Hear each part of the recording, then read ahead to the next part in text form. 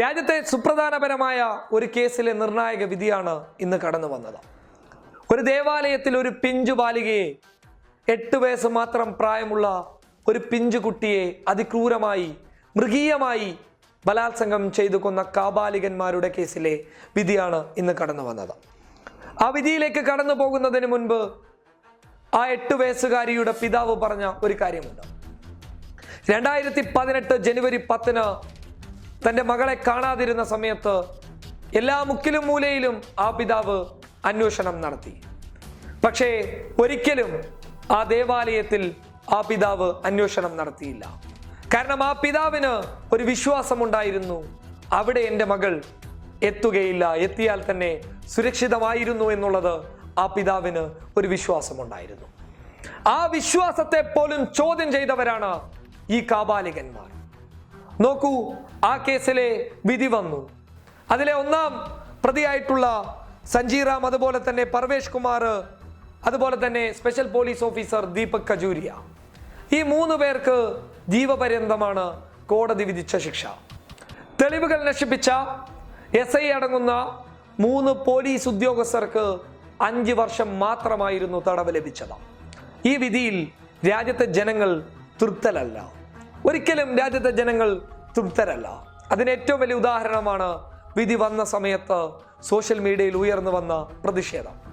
നോക്കൂ, ഈ കത്തുവ എന്ന് പറയുന്ന മേഖല 90% അവിടെ ഹൈന്ദവരാണുള്ളത്. ഹൈന്ദവരെ വേട്ടയാടുമെന്നുള്ള ഒരു ഭയം കൊണ്ടാണ് ബക്രവാല എന്ന വിഭാഗത്തിൽപ്പെട്ട ഒരു പെൺകുട്ടിയെ അതിക്രൂരമായി കൊന്നത് എന്നതാണ് റിപ്പോർട്ടുകൾ വ്യക്തമാക്കുന്നത്. കൊല്ലുക എന്ന് മാത്രമല്ലായിരുന്നു അവർ ചെയ്തത്. മൃഗീയമായി കൊന്നു, ക്രൂരമായി കൊന്നു, ബലാത്സംഗത്തിന് ഇരയാക്കി കൊന്നു, അതും പവിത്രമായിട്ടുള്ള ഒരു ദേവാലയത്തിൽ വെച്ച്. ആ കേസിലെ വിധി ഇങ്ങനെയായിരിക്കില്ല എന്നാണ് രാജ്യത്തെ എല്ലാവരും ചിന്തിച്ചത്. പക്ഷേ ആ കേസിലെ പ്രതികൾക്ക് വേണ്ടി വരെ ശബ്ദമുയർത്താൻ ആളുകൾ ഉണ്ടായിരുന്നു. അവരാണ് BJPയുടെ 2 മന്ത്രിമാർ. ഏക്താ മഞ്ച് എന്ന് പറയുന്ന ഒരു സംഘടനയുടെ പേരിൽ നടന്ന ഇവർക്ക് അനുകൂലമായിട്ടുള്ള ഒരു പ്രതിഷേധത്തിൽ പങ്കെടുത്തതിന്റെ പേരിൽ അവരെ പുറത്താക്കുകയുണ്ടായി. അത് വേറെ കഥയാണ്. അങ്ങനെ ഈ പ്രതികൾക്ക് വേണ്ടി വരെ ശബ്ദമുയർത്തി വന്ന ഒരു വിഭാഗം, സംഘപരിവാർ വിഭാഗം. പക്ഷെ ചിന്തിക്കപ്പെടണം, ആരാണ് ബക്രവാല വിഭാഗക്കാർ? കാർഗിൽ യുദ്ധ സമയത്ത് രാജ്യത്തേക്ക് പാകിസ്ഥാൻ പട്ടാളക്കാർ നുഴഞ്ഞു കയറുന്നുണ്ട് എന്നുള്ള ഏറ്റവും സുപ്രധാനപരമായ വിവരം രാജ്യത്തെ സൈനികരെ അറിയിച്ചവരാണ് ഈ ബക്രവാല വിഭാഗക്കാർ.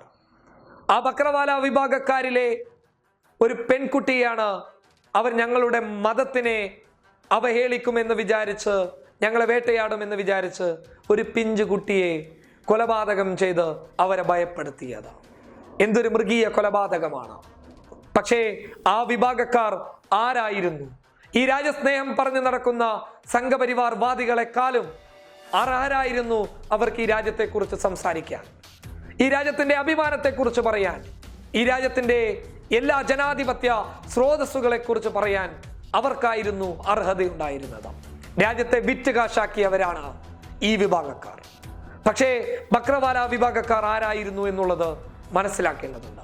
ഈ വിഭാഗം എന്ന് പറയുമ്പോൾ സംഘപരിവാറിലെ ഈ കൂട്ടർ എങ്ങനെ ഇവരെ വിശ്വസിക്കും?